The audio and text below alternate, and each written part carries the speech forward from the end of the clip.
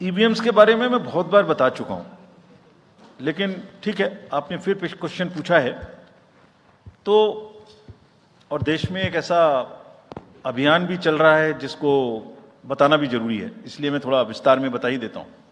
वैसे बहुत बार बता चुका हूं, 40 बार लगभग इस देश की संवैधानिक courts, high courts and supreme courts EVM के ऊपर में जितनी चुनौतियां हुई हैं उनको देख चुकी हैं।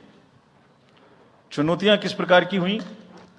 ये हैक हो सकती है, चोरी हो जाती है, 19 लाख मिसिंग हैं, इसमें दिखाई नहीं देता है, ये कंप्यूटर से खराब हो जाती है, रिजल्ट्स बदल सकता है, मैनिपुलेट हो सकता है। हर बार संवैधानिक कोर्ट्स ने इसको रिजेक्ट किया है। क्या कहा है? कभी कहा कि इसमें वायरस लग ही नहीं सकता, no question of introducing virus. कभी कहा इनवैलिड वोट्स नहीं हो सकते, कभी कहा रिगिंग इज नॉट पॉसिबल, कभी कहा कि when there is section 61A in the RP act which empowers the use of the EVMs, जब तक वो खत्म ना हो जब तक ये प्रश्न उठाना गलत है। कभी कहा कि EVMs are fool proof devices for counting and allegations of tampering are baseless. कभी कहा कि आप एक के बदले 5 वीवीपैट गिनिए, वो हमने शुरू कर दिया। अब तो ये आ गया है नतीजा कि कोर्ट्स ने जुर्माना लगाना शुरू कर दिया। दिल्ली हाई कोर्ट ने मिस्चीवियस कहते हुए 10,000 रुपए का जुर्माना लगाया, फिर माननीय उच्चतम न्यायालय ने 50,000 रुपए का जुर्माना लगाया। अभी फिर रिसेंटली माननीय उच्चतम न्यायालय ने एक पिटीशन खत्म की है। कितनी बार सुनेंगे? क्यों बार बार वही बिलाप करना है? कोई चीजें तो हमसे पूछिए। हैक नहीं हो सकती, किसी सूरत में नहीं हो सकती, एंड जो परिणाम आते हैं वही प्रमाण है। बार बार परिणाम आते हैं। कोई भी ईवीएम लेके बैठ जाता है सोशल मीडिया पे, वो डिब्बा लेके एक बैठ जाता है, और आजकल एक नया ट्रेंड शुरू हुआ है, वो थोड़ा सा एक्सपर्ट भी बन जाता है। आजकल 1-2 एक्सपर्ट भी चल रहे हैं सोशल मीडिया पे। वो कहाँ की डिग्री है, कहाँ के एक्सपर्ट हैं, थोड़ा देखना भी चाहिए। वो बताते हैं कि ये डिब्बा है, वो टूल बॉक्स जैसा डिब्बा होता है, उसके अंदर में क्या है पता नहीं है, उसमें से एक गत्ते के डिब्बे में से एक स्लिप भी निकलती है। वो धरना भी हो जाता है कि ये स्लिप बदल गई, मैंने यहाँ बटन दबाया था और यहाँ ही गलत निकल लगी। भाई आपने क्या दबाया था, किसी को बताया था क्या?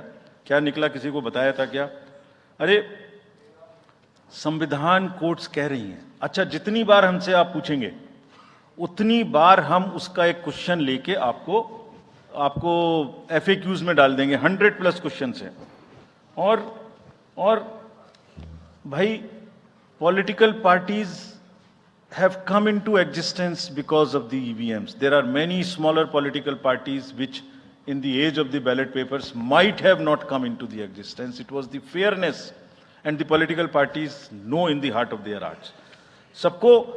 सब EVMs का 3-3 बार मॉक पोल होता है, कैंडिडेट्स के सामने में होता है।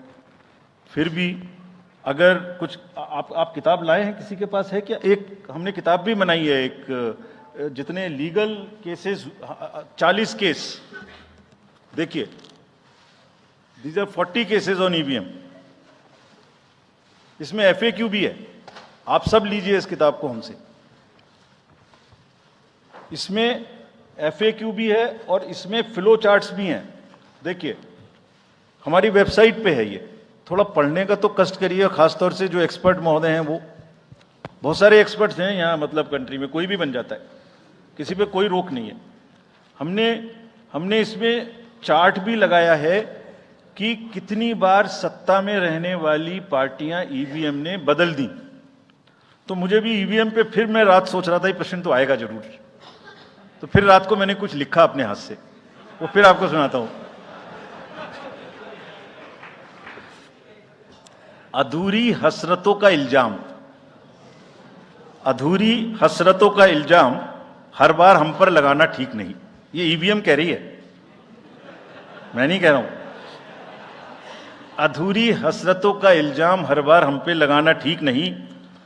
वफा खुद से नहीं होती, खता ईवीएम की कहते हो।